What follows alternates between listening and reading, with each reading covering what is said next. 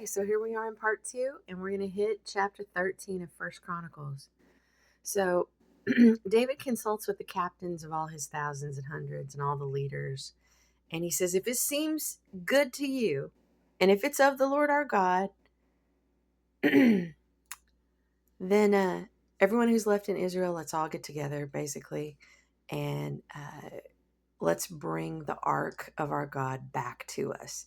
Now, remember, we're going to look at all of this symbolically. Okay.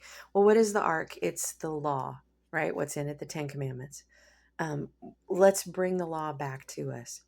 For we haven't inquired of it since the days of Saul, since the days of our enemy. Ooh, we were really wanting to know what to do back then because, we were hard pressed and running for our lives, right? So we were calling out to him, needing help. Well, so all the assembly said that they would do so, for the thing was right in their eyes. Man, all the people, they're like, yeah, we need to bring the law back. Kind of sounds like today, with Christians rising up and we need to bring our country back to God. So David gathered all of Israel together, from here to here. I mean, everybody's joining from all these different areas. Kind of interesting how we're all unifying in the end times, aren't we, under the Christian banner? A lot of different beliefs. Just a thought. But David and all of Israel went up and to bring up from there the ark. And just in case you're wondering whose law this is, it's the ark of God the Lord, who dwells between the cherubim, where his name is proclaimed. Okay, so the Lord who sits on the mercy seat, there's no doubt this is God's law that they're trying to bring and they want to put back into place, right? So they carried the ark of God on a new cart. Now this is really interesting because God was really specific on how it was to be carried.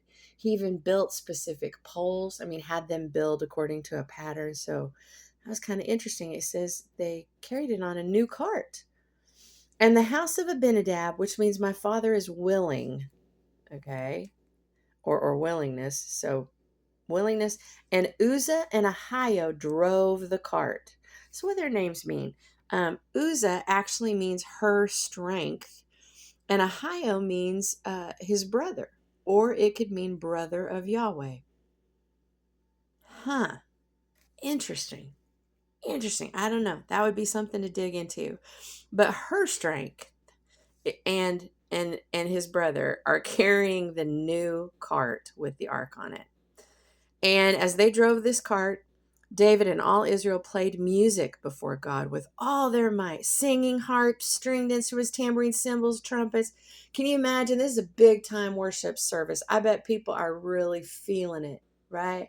They are so getting into it. I believe they believed 100% they are praising the Lord, right? But when they came to Chidon's threshing floor, Uzzah put out his hand to hold the ark. Let's unpack this sentence. For the oxen stumbled. This is huge sentence. What does chidon mean in Hebrew? When they came to Chidon's threshing floor, chidon means war, calamity, destruction, or ruin. So when they came to ruin, Uzzah put out his hand to hold the ark. Now, when you put out your hand, you're doing one of two things, right? You're controlling something. Could you be changing it? Could you be leading it somewhere? What do we do with our hand? Manipulates things, stand in agreement with things sometimes, but he's putting out his hand to hold the ark. So his hand is taking control of the law. For the oxen stumbled. So the beast that's carrying it on this new cart stumbles. And the anger of the Lord was aroused against Uzzah, remember, her strength. And he struck him because he put his hand to the ark. And I've always read this story and thought, why on earth would God kill somebody just because he tried to save the ark? He put his hand out to it because it was fallen. But if I really look at this, it's on a new cart. They're not carrying it the right way. Even though they're worshiping God, they're not following what God said. And when they came to ruin, is when he put out his hand to hold it. Interesting. So anyway, God's really angry, and he struck him, and he died there before God. Doesn't just say he died before God. So this man is dead. He did not obey the Lord the way God asked him to. Therefore, he is dead to God.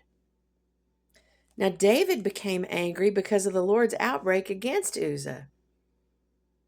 And therefore, that place is called Perez Uzzah, outbreak against her strength, to this day.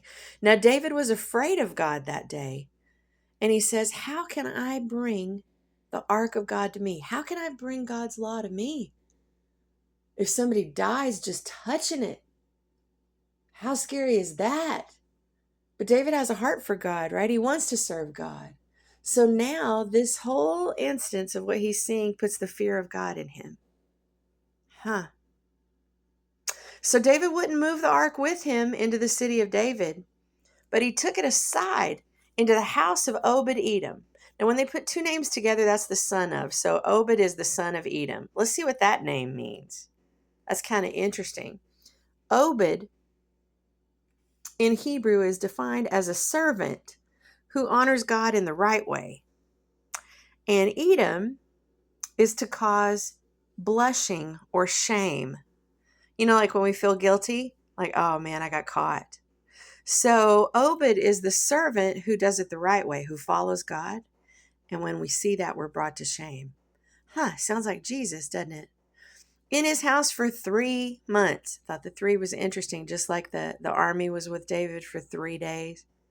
And the Lord blessed the house of Obed-Edom and all that he had. So David didn't bring the law with him to his city, but the law remained with Christ, with this symbol of Christ. That's really interesting. So David gets established in Jerusalem. What's Jerusalem? The city of God. Ooh, I'm getting ahead of myself. It's chapter 14. Stay tuned and go to part 3.